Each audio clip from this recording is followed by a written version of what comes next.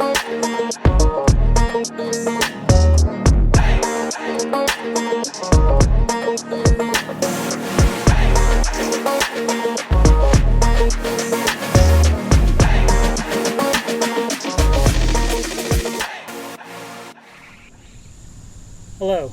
my name's Bill, aka Billy Goat, and today is September 6, 2021. In today's video, I'm going to be talking about my fifth mower that I purchased for the business, and that's the 2016 Craftsman 28 Pro Series.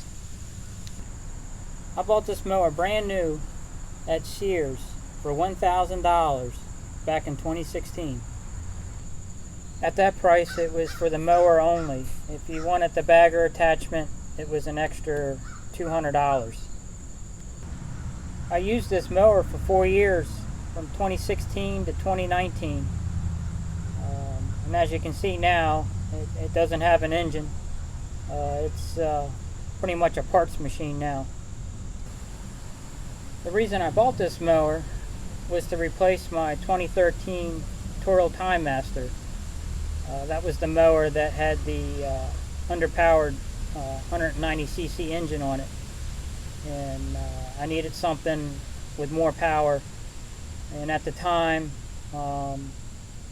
Sears was offering this model with the 233cc engine on it. At the time, the Time Master couldn't touch this mower.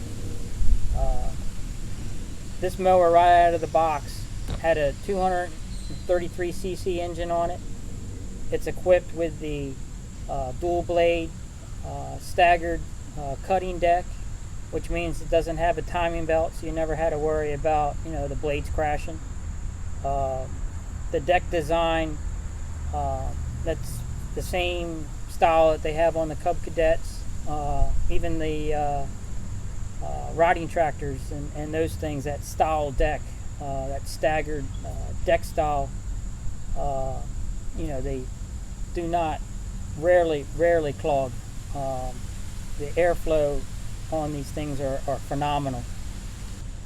I cut a lot of yards with this mower. I'm not sure how many hours. This mower didn't have a hour meter on it.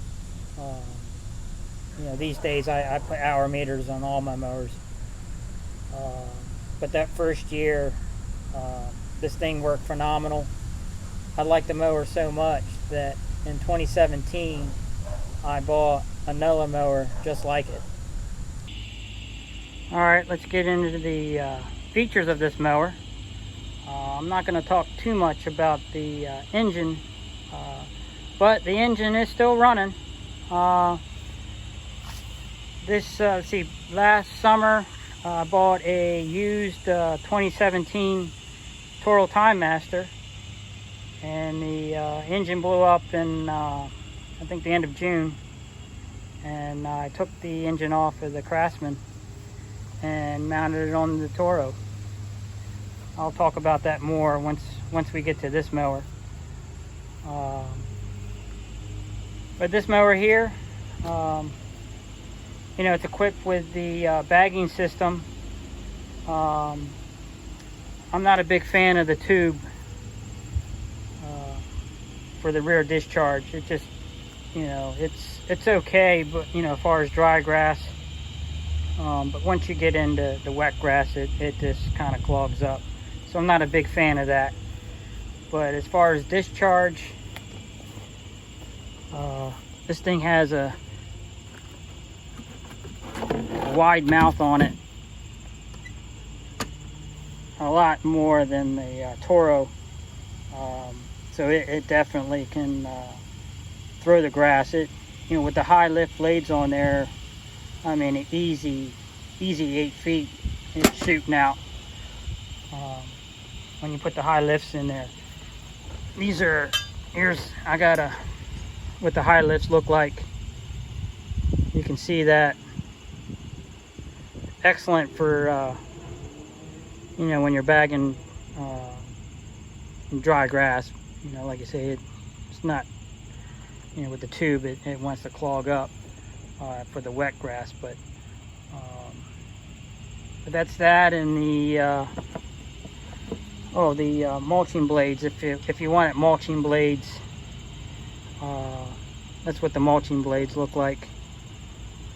If you wanted to primarily use mulching, you definitely don't want a bag with these mulching blades, because it's just not enough throw to get into the bag. It'll clog up with dry grass. So there's the blades. They have 8-inch front wheels and I believe 10-inch rear wheels. It's got the lever here, one lever that adjusts the the whole deck, front and back, which is nice, quick and easy. I'm not sure of the heights as far as the minimum and maximum cut heights. It's got the My Stride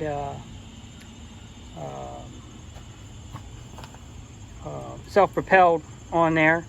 You just push the handle forward. It's a lot like the Personal Pace on the Toros. Same concept. Really nice. It's the transmission on here is, if we can see it down there, it's pretty much the same as the Toro. Same type of transmission. They're not the greatest. They do wear out, and you would have to replace that from time to time when they start getting weak. And as far as the deck, this is where I was saying the staggered deck design. You can see it, how the design is. The Cub Cadet 33. A lot of lawn tractors have that same deck style. And it doesn't have a timing belt, so you don't have to worry about the blades hitting. You just use a V-belt that connects it all there. So overall, this is a it was a good mower. I don't know if you noticed, it is kind of lopsided. Something don't look right. Well, that's because the welds from the deck broke. This side completely came apart. I think it's still hanging on. This weld broke and it's just barely hanging on. I'm surprised it hasn't finally fallen apart, but that was pretty much why I stopped using it. Once the welds broke, I was going to have it repaired, but it was a backup of a backup, so I figured, well, let me just use it as parts, and that's what I've been using to keep my other mower like this running. I'll show you here what it looks like. So here you go. This is the 2017 Craftsman 28 Pro Series, which is the same as the 2016 version. I use that as my, like I mentioned before, I use that as my parts machine for this mower.